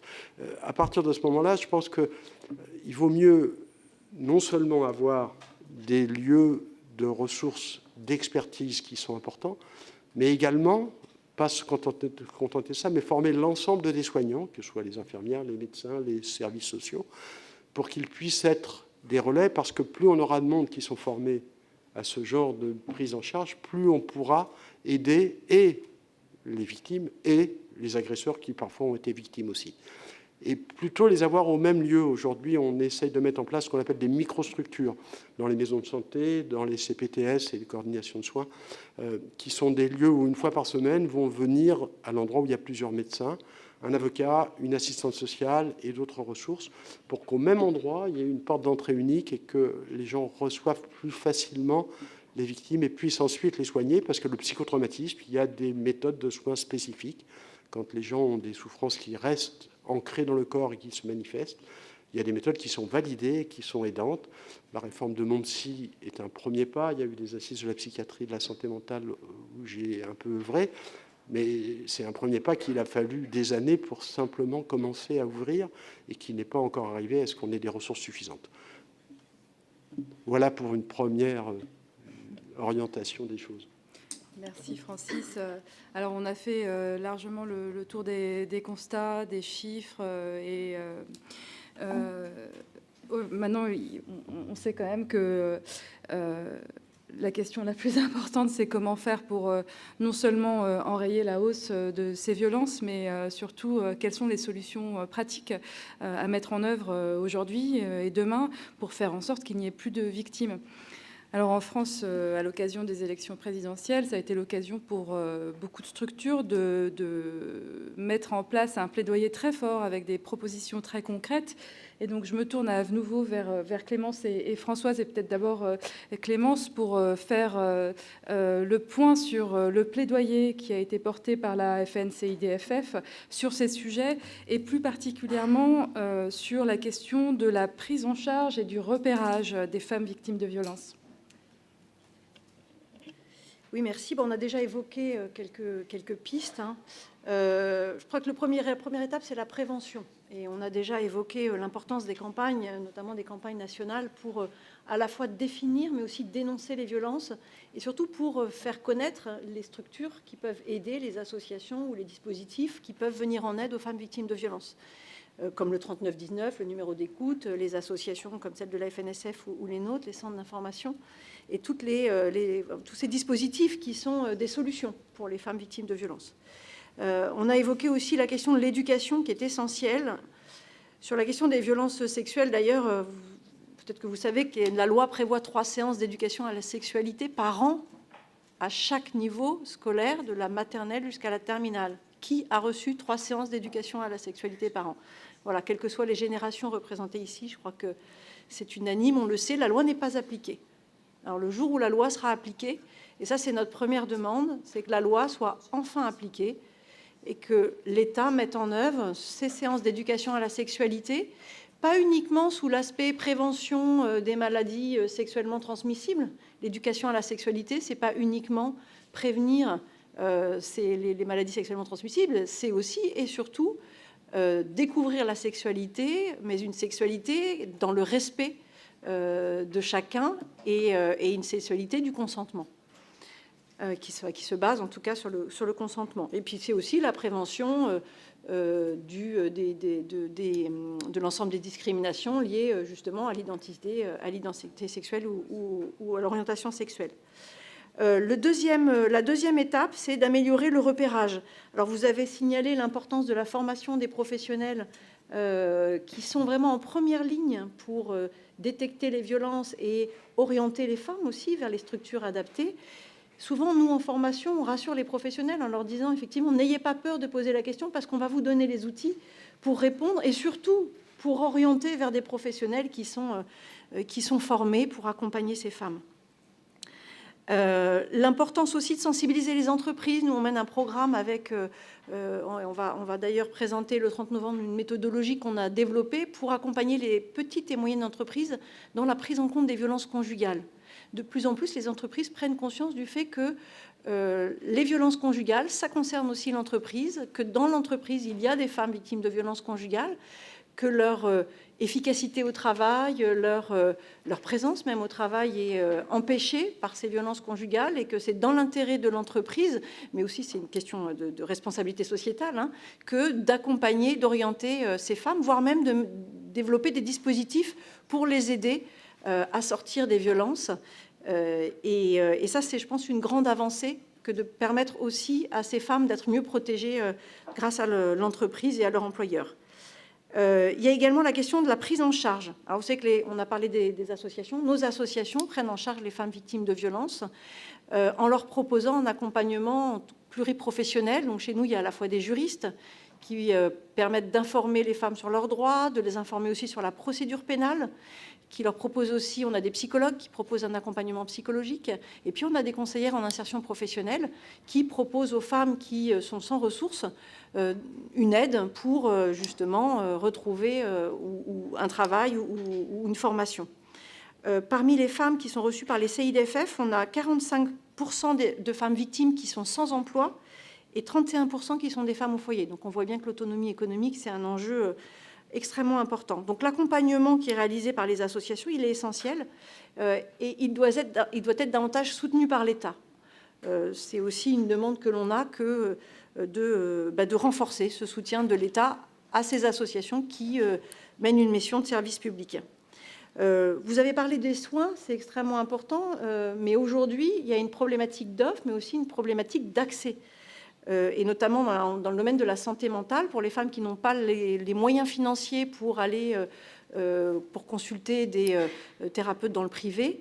Je pense qu'il faut aujourd'hui, à l'instar du Fonds pour les victimes du terrorisme, créer un fonds pour les victimes de violences sexistes et sexuelles qui permettent de financer justement le soin pour soigner le psychotrauma. Et puis il y a aussi la question du conseil juridique.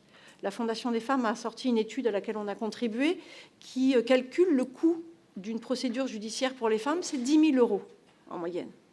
Les femmes s'endettent. Tu parlais tout à l'heure, Françoise, des violences économiques. Il faut savoir qu'il y a beaucoup de femmes qui renoncent à accès à leurs droits, tout simplement parce qu'elles n'ont pas les moyens. Et on sait à quel point l'issue est incertaine. 80% de classement sans suite. Hein, et pour les femmes qui vont jusqu'au procès, le taux de condamnation étant très faible, elles ont peu de chances finalement de pouvoir être remboursées des frais de justice qu'elles ont engagés. Donc il faut aussi que ce fonds finance le conseil juridique, puisqu'il y a bien entendu l'aide juridictionnelle qui permet aux femmes qui ont des revenus les moins élevés d'accéder à un conseil gratuit, mais très peu de femmes y ont accès parce que le plafond est extrêmement bas. Favoriser l'autonomie économique des femmes, j'en ai déjà parlé, c'est extrêmement important parce que pour quitter le conjoint violent, il faut avoir un minimum d'autonomie économique. Et pour ça, il faut, dans l'urgence, pouvoir proposer une aide financière aux femmes. Alors, il y a un projet de loi, une proposition de loi qui a été présentée, qui va être discutée à l'Assemblée nationale, qui propose un prêt. Mais ce n'est pas un prêt dont les femmes ont besoin, c'est vraiment d'une aide. Surtout pour les femmes qui n'ont pas de revenus. Donc une aide financière d'urgence, mais il faut aussi pouvoir ouvrir sans délai les droits sociaux et les prestations familiales en se basant uniquement sur les ressources de la personne personnelle de la victime et pas sur les ressources du couple. Il faut aussi renforcer l'accès aux droits. On a trop de femmes qui sont... justement, il faut rompre cet isolement et permettre aux femmes d'être informées sur leurs droits. On a trop de femmes isolées, sur différents types de territoires, dans les territoires ruraux, mais aussi dans les quartiers politiques de la ville. Il y a un non-recours au droit qui est extrêmement important. Alors nous, à travers ces permanences qui sont ouvertes sur l'ensemble du territoire, 2400 permanences d'accès au droit dans les territoires ruraux, les quartiers politiques de la ville, dans les centres-villes, on développe aussi des dispositifs d'aller vers avec des camions itinérants, des pirogues itinérantes, en Guyane, hein, en métropole un peu moins. On intervient dans les maisons France Service, dans les mairies, dans les points d'accès au droit, les maisons de la justice. Mais voilà, il faut multiplier ces points de contact. On intervient aussi, on anime des permanences dans des centres commerciaux. Il faut multiplier ces points de contact en gardant une certaine, j'ai envie de dire, en préservant l'anonymat, parce que vous ne pouvez pas afficher « attention permanence face victime de violence » quand vous arrivez dans un village, ça ne marche pas. Il faut aussi avoir cette vigilance et aller vraiment au-devant des femmes en multipliant ces points de contact. Et puis, enfin, il faut améliorer la protection des femmes victimes de violences. On a une étude qui avait été réalisée justement par le Centre Hubertine Auclair en 2018-2019 montrait à quel point, aujourd'hui encore, les femmes sont mal accueillies dans les commissariats. C'était une étude qui portait sur 3 commissariats en Paris, des Petites Couronnes, et qui montrait en fait que dès le premier accueil dans la rue, puisqu'avec Vigipirate, c'est dans la rue qu'on demande aux femmes et aux hommes qui arrivent d'ailleurs pourquoi est-ce que vous vous présentez ici, jusqu'à l'accueil, jusqu'au dépôt de plainte, ce qu'on constate finalement, c'est que le manque de formation des policiers et des gendarmes les amène à ne pas prendre au sérieux, minimiser, remettre en cause la parole des victimes. On voit aussi que la manière dont les PV de plainte sont rédigés, vous le disiez tout à l'heure, madame, la manière dont ils sont rédigés, la manière dont les preuves sont recueillies au moment du dépôt de plainte, et puis la manière aussi, les brigades de nuit, la manière dont elles interviennent et les protocoles d'intervention ne permettent pas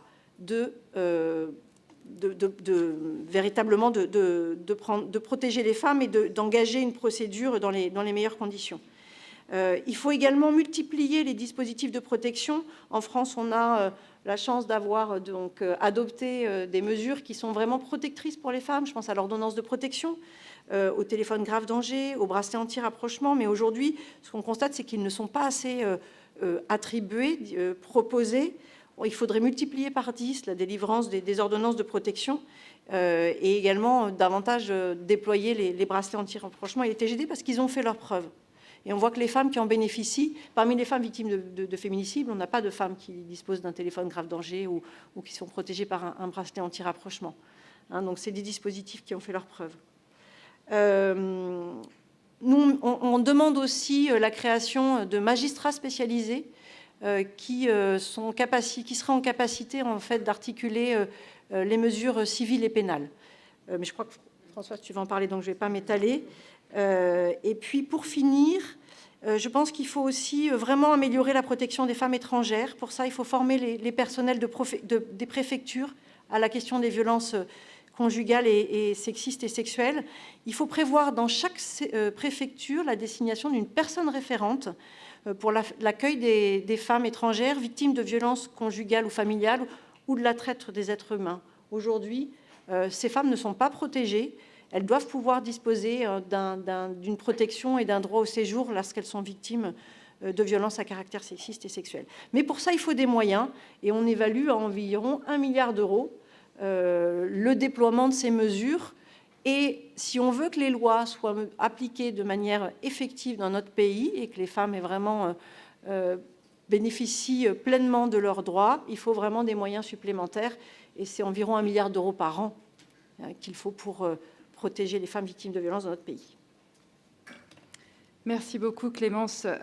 Des propositions, des mesures très concrètes, et effectivement un investissement absolument nécessaire, 1 milliard d'euros pour mettre en place tout ça et tout simplement mettre en œuvre des lois qui existent déjà. Vous avez parlé de l'éducation à la sexualité, c'est la loi Aubry, c'est 2001, c'est 21 heures d'éducation à la sexualité et en pratique c'est 3 heures qui sont réalisées dans des lycées qui sont plutôt des lycées publics. Donc beaucoup d'efforts à faire de ce côté-là.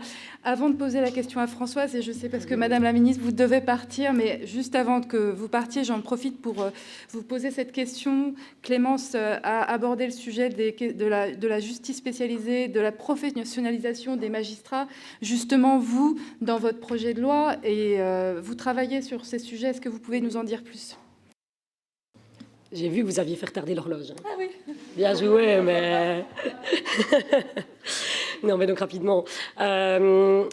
Juste, oui, donc c'est la question de la formation, elle est pour nous centrale en termes de prévention, de changement culturel des mentalités. Moi, je suis en poste pour 4 ans, mais mon objectif, c'est que les politiques que j'insuffle puissent perdurer dans le temps, au-delà de ma présence dans un gouvernement, si par hasard, je n'y figurais plus par la suite. Mais donc, oui, la question de la formation. En fait, moi, en amont de la loi Stop Féminicide, il y a un plan d'action de lutte contre les violences de genre qui a été adopté il y a 1 an. Et c'est vraiment notre plan de bataille contre les violences. Et donc, c'est des mesures sur lesquelles se sont engagés des ministres de l'ensemble du pays. Donc, en Belgique, on a aussi des gouvernements au niveau des entités fédérées, des gouvernements régionaux, etc. Et donc, on a 23 ministres qui sont impliqués dans ce plan et qui doivent effectuer un reporting de leurs actions. Donc, nous, on a misé énormément sur la question de l'effectivité des mesures sur lesquelles les ministres se sont engagés. Moi, le plan précédent, je n'avais même pas d'évaluation pour dire où on en était, quoi. Donc, c'est absolument catastrophique comme méthode de travail. Donc, on a inscrit dans ce plan la méthode de travail, le fait qu'il y a d'une part un groupe interdépartemental de coordination qui reprend des membres de tous les ministères impliqués, qui sont eux-mêmes formés. Donc là, on touche déjà à la question de la formation, et qui donc eux-mêmes peuvent faire de la contagion culturelle à l'intérieur de leur propre ministère. Donc, il y a un reporting trimestriel, plus un bilan à mi-mandat de l'état d'avancement du plan. Alors ce plan, il s'inscrit dans la droite ligne de la Convention d'Istanbul. Ce qui m'a permis d'obtenir ça, c'est que c'était inscrit dans l'accord de majorité. En Belgique, on fonctionne avec des gouvernements de coalition. On est 7 partis, donc c'est un long fleuve tranquille. Et donc, avoir cette inscription, donc déjà d'une part la reconnaissance des inégalités structurelles et historiques entre les femmes et les hommes inscrites dans l'accord de majorité, et l'engagement à respecter la Convention d'Istanbul sont inscrits noir sur blanc dans ce plan. Et donc ça, c'est dans l'accord de majorité. Et ça m'a vraiment permis de monter l'ambition très fort dans le cadre des négociations sur ce plan d'action. Donc je parlais du monitoring. Il y a aussi, en parallèle de ce groupe de membres de cabinet, un groupe de la société civile. Et ça, c'est complètement inédit. Donc, ces associations qui représentent différents types de violences, mais aussi géographiquement. Donc, il y a des centres de planning donc, qui touchent plutôt aux questions de droits sexuels et reproductifs, de violences obstétricales ou encore de mutilation génitale féminine, aussi bien que les violences intrafamiliales, les violences économiques, etc., qui sont représentées dans ce groupe. Et ces associations sont payées pour faire partie de ce groupe. Et encore une fois, ça permet de ne pas épuiser les associations, de leur demander un travail gratuit, comme c'est souvent le cas. Et donc ce groupe, il fait à la fois du monitoring, mais aussi c'est une force de proposition pour la mise en œuvre des actions. Alors, en ce qui concerne la formation, on a un engagement, de multiples engagements de formation des professionnels, que ce soit le renforcement de la formation des magistrats. Les magistrats ont déjà reçu une formation depuis le début de la législature, ils ont tous été formés. Ici, ils vont recevoir une deuxième formation spécifique sur la loi féminicide. Ce qui est intéressant dans le fait que c'est inscrit dans la loi, c'est que, vu que c'est une loi, elle va perdurer. Et donc, si les prochains ministres sont moins attentifs et moins enclins à mettre l'accent sur la formation que l'était mon collègue de la justice cette année qui a décidé lui-même de déjà lancer les formations sans attendre cette loi féminicide, eh bien, ça sera une obligation légale. Et donc, cette formation, elle devra normalement s'inscrire dans le temps, sauf si on annulait cette loi. Mais donc, c'est du coup une action qui est plus difficile à détricoter. Alors, il y a aussi un engagement à renforcer la formation de tous les policiers, notamment en termes d'accueil dans les commissariats. On l'a cité. La formation des agents en matière de migration, ça c'est aussi un engagement avec des référents dans ces organisations. Il y a aussi des engagements en matière de traitement des dossiers des personnes migrantes victimes de violences. C'est un combat qui est très compliqué aussi en Belgique, mais on a su obtenir quand même quelques mesures, notamment en termes d'établissement des pays sûrs, qu'il puisse y avoir une lecture de genre dans l'établissement de cette liste qui pour le moment n'est pas du tout genrée, et donc en sachant qu'un retour forcé au pays n'a pas les mêmes conséquences pour un homme que pour une femme. on a aussi obtenu par exemple l'engagement de référents violences dans les hôpitaux, donc pour tout ce qui concerne la détection des violences, mais aussi la question des mutilations génitales féminines. Et alors, en mesure méta, au-dessus de ça, on a aussi décidé de réaliser un socle commun de formation. Parce que souvent, on forme, et puis en fait, on se rend compte, quand les associations nous font des retours, que les formations, elles ne sont pas bonnes. Et donc, on se dit, tout ça pour ça. Et donc, on a chargé une association de nous faire une proposition de socle commun de formation dans la droite ligne de la Convention d'Istanbul, qui devra être le prérequis, en tout cas, à toute formation qui sera donnée dans le cadre des engagements de ce plan sur les violences de genre. Donc, on avance. Et on voit que, j'espère que les effets se ressentiront rapidement. Un dernier élément, ce sont les centres de prise en charge des violences sexuelles qui existent en Belgique, un peu sur le modèle de la Maison des femmes de Saint-Denis dont vous parliez, qui sont des centres qui permettent de prendre en charge des victimes de violences sexuelles complètement centrés sur les besoins de la victime. Donc ce sont des centres holistiques dans lesquels il y a une prise en charge psychologique, sociale, médicale. Ce sont des centres qui sont situés en milieu hospitalier, avec aussi la possibilité de déposer plainte auprès de policiers formés dans le centre. Et donc on change complètement de paradigme par rapport à une victime qui se fait trimballer d'un lieu à un autre, qui doit répéter 10 fois son histoire, qui se retrouve face à des personnes qui ne sont pas formées, qui doit expliquer ce qui lui est arrivé dans un hall de commissariat, enfin en tout cas en Belgique, c'est comme ça, c'est un grand hall où tout le monde attend et entend ce que les personnes disent pourquoi elles sont venues. Donc là, on a un modèle qui est en train d'être déployé. Donc au début de la législature, on était à 3 centres. Là, j'en ai ouvert 4 de plus et en 2023, on sera à un réseau de 10 centres, ce qui permet d'avoir un centre à maximum 1 heure de chaque victime partout sur le territoire belge. Donc ça, voilà, on avance vraiment rapidement sur ce volet-là aussi. Et l'ensemble du personnel est formé, et c'est évidemment le jour et la nuit, pour l'accueil des victimes et aussi pour avoir des dossiers qui sont complets. Parce que le fait d'avoir des récits qui sont... donc, ils travaillent avec des récits libres, ce qui permet à la victime de donner beaucoup plus d'éléments pertinents pour le dossier. Ça permet de voir aboutir beaucoup plus de plaintes aussi. Et donc, c'est une manière de lutter contre les classements sans suite, d'avoir des dossiers beaucoup mieux étayés, avec une collecte de preuves par des infirmières légistes qui collectent donc les preuves matérielles sur les victimes rapidement après l'agression, et donc de pouvoir avoir des dossiers très complets pour aller en justice et avoir toutes les chances de son côté pour gagner. Voilà. Bravo.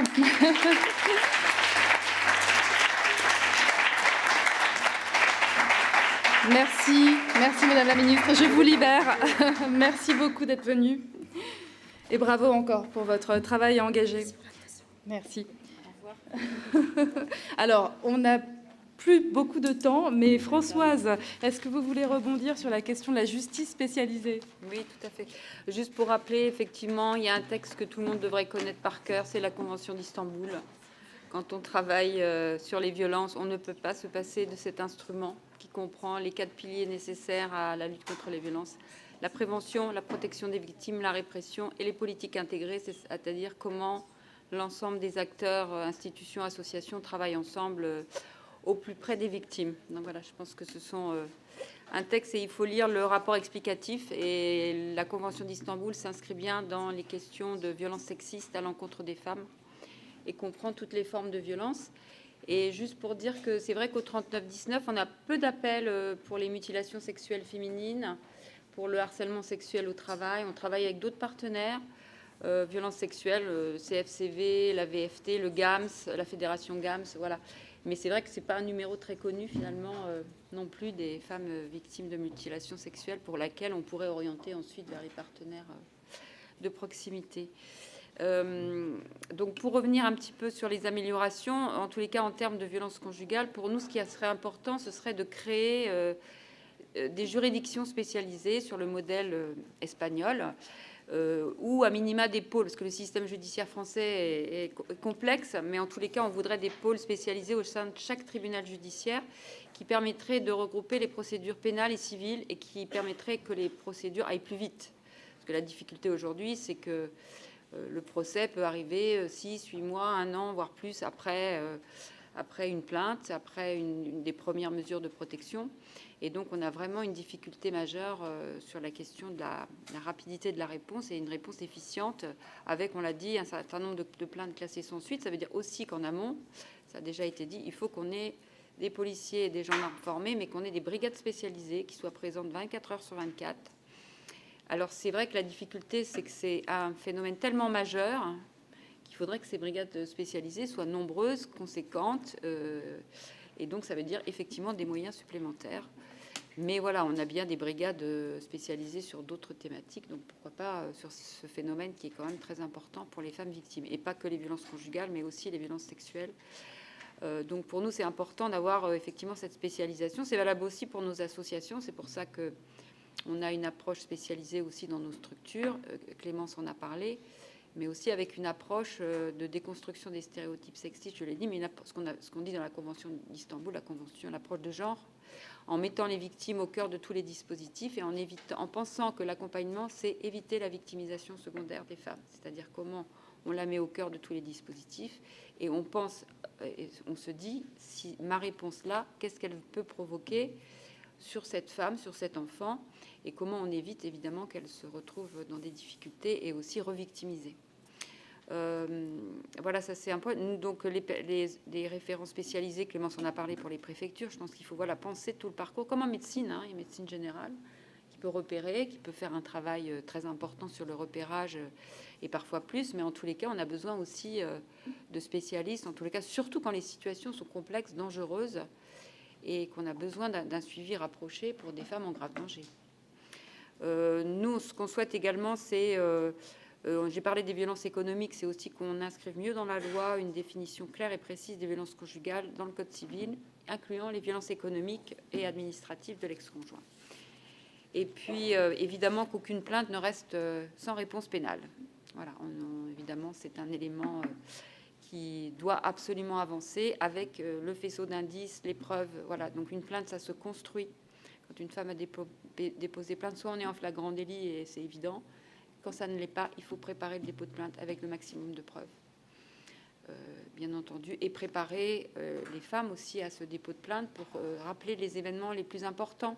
Parce que parfois, les traumatismes font qu'on a oublié 3 mois avant une violence sexuelle. En tous les cas, on ne va pas en parler. Où on omet finalement des violences graves et souvent les femmes, par traumatisme, se positionnent sur un événement qui vient d'arriver, qui est la goutte qui fait déborder le vase, comme on dit, mais qui en termes de délit, ne correspond pas tout à fait à d'autres violences subies antérieurement et qui sont beaucoup plus importantes et qui pourraient amener justement à avoir des réponses pénales en tous les cas plus efficaces. Et évidemment, aujourd'hui, on a une disposition dans le droit français qui dit que quand les enfants sont exposés aux violences, il y a une circonstance aggravante. Donc il faut que les femmes le disent aussi dans leur plainte. Si les enfants assistent aux violences, il faut le dire. Et il faut que ce soit pris en compte, évidemment, dans le dépôt de plainte et ensuite. Voilà, puis sur la question de l'exercice de l'autorité parentale, nous, on est aussi très attachés à cette question. On sait que les violences continuent après la séparation.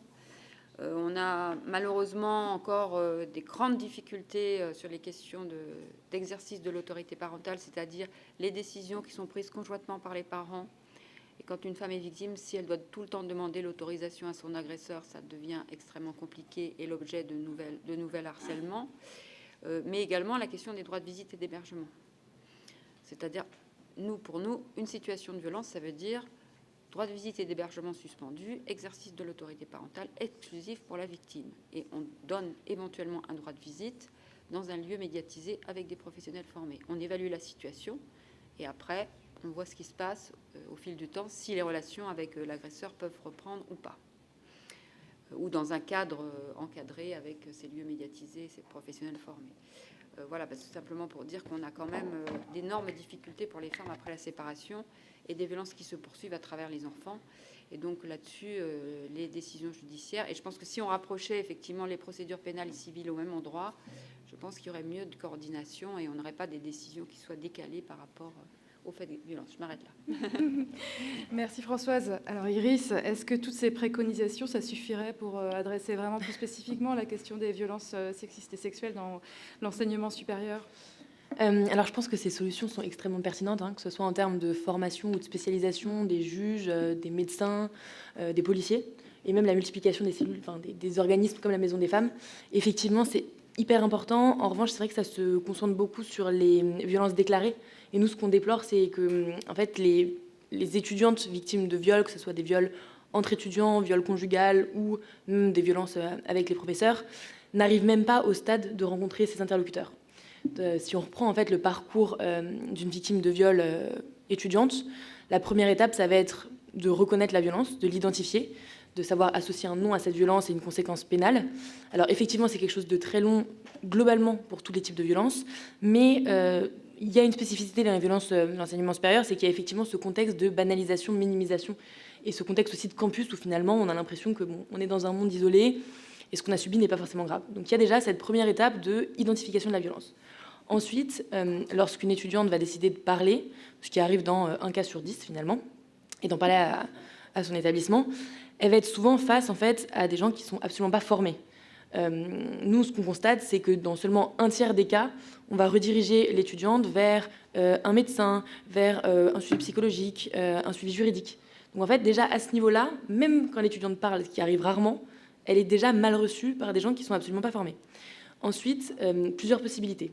2 grandes possibilités. La possibilité de lancer une procédure disciplinaire en interne.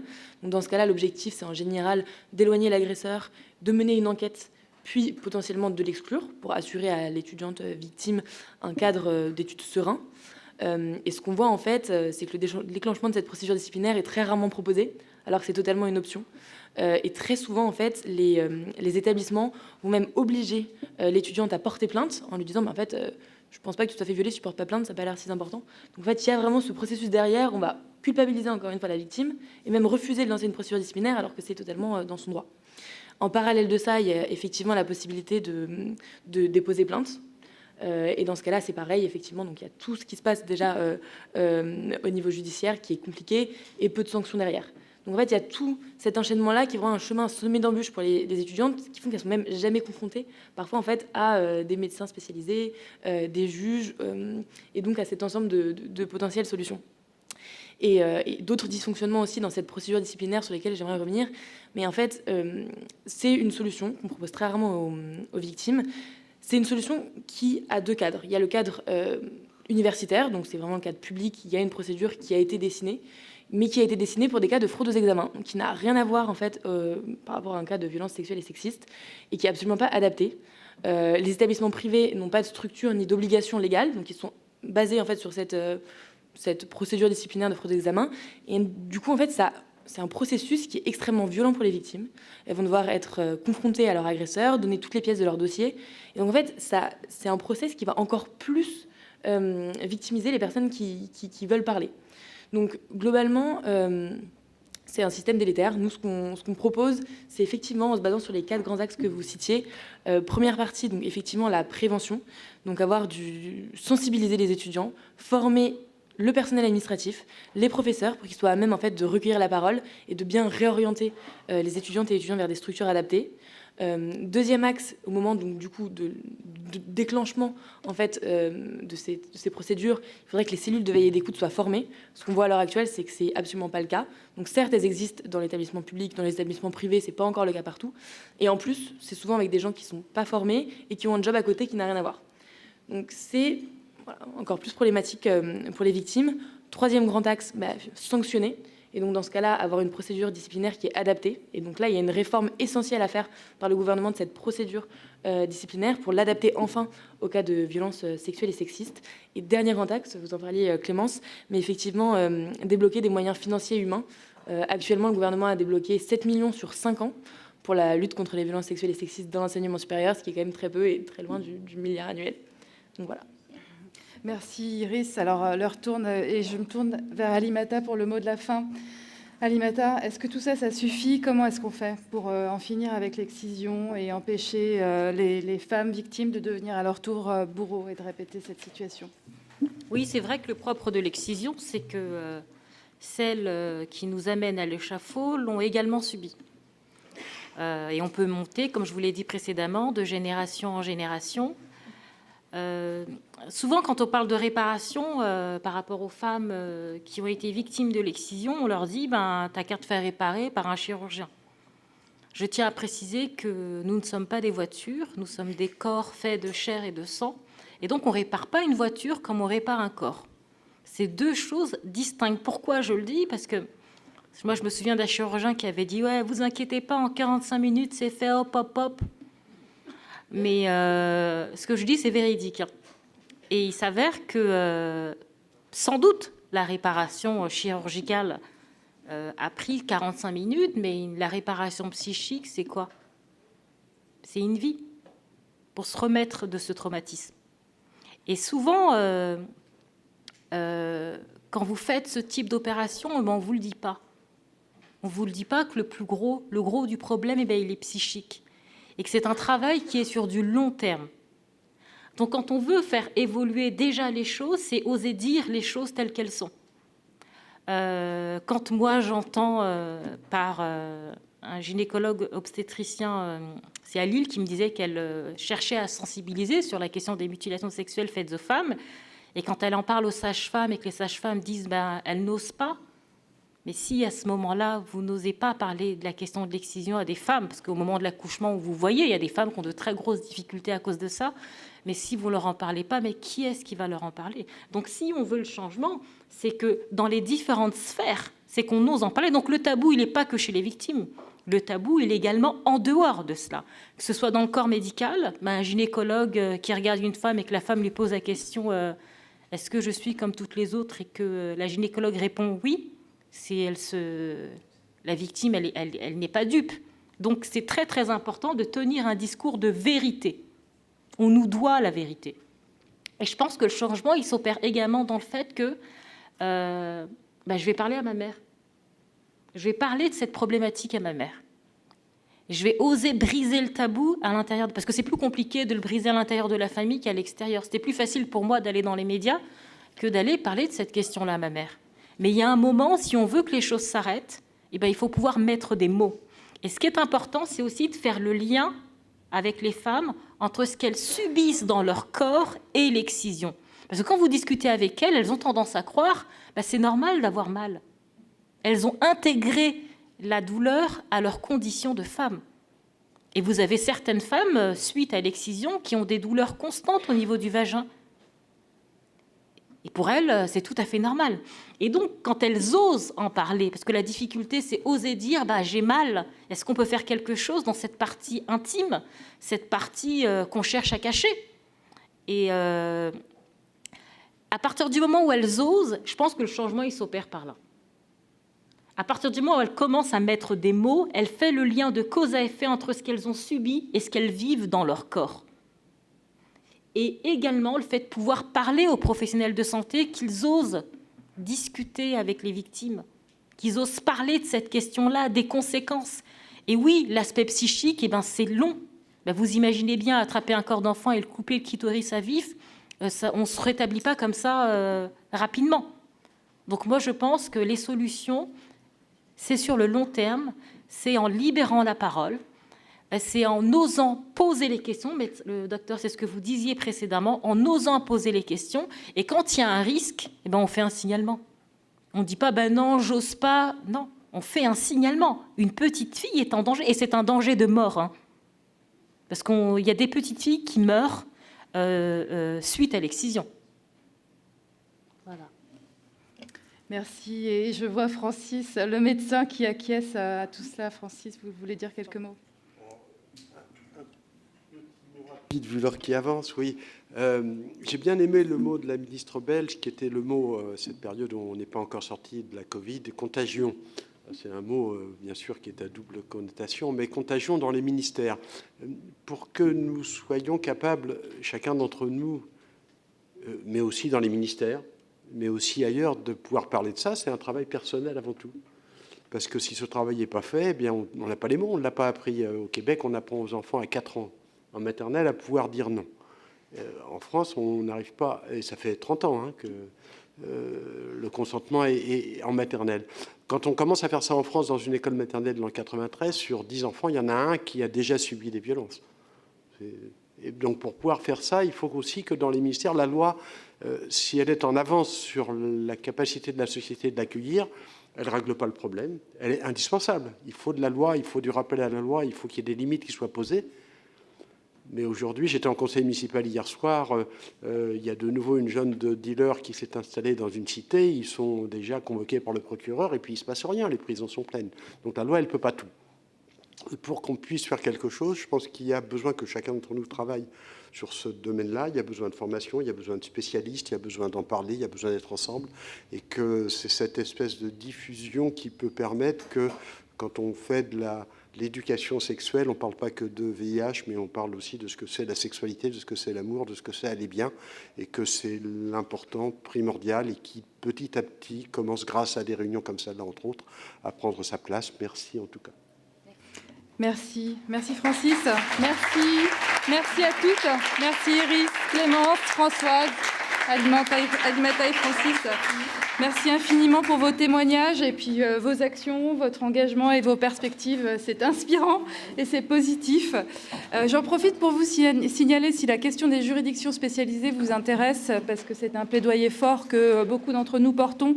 On organise une conférence au barreau de Paris le 12 décembre à 19h. Vous pouvez trouver plus d'informations sur ce sujet sur nos réseaux sociaux. N'hésitez pas à nous contacter à ce sujet. Et puis, on n'a pas eu le temps des questions-réponses, mais on est encore là si vous souhaitez échanger avec nous. Merci à vous toutes et tous.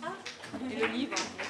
Oui, je vais juste prendre 1 minute de votre temps pour vous inviter à aller voir mon documentaire « À nos corps excisés » qui est sur Arte, qui parle de la question de l'excision, et c'est un échange que j'ai avec ma mère. Alors vous imaginez bien parler d'excision, et en plus pour la télévision, pour ma mère, ça a été un énorme pas.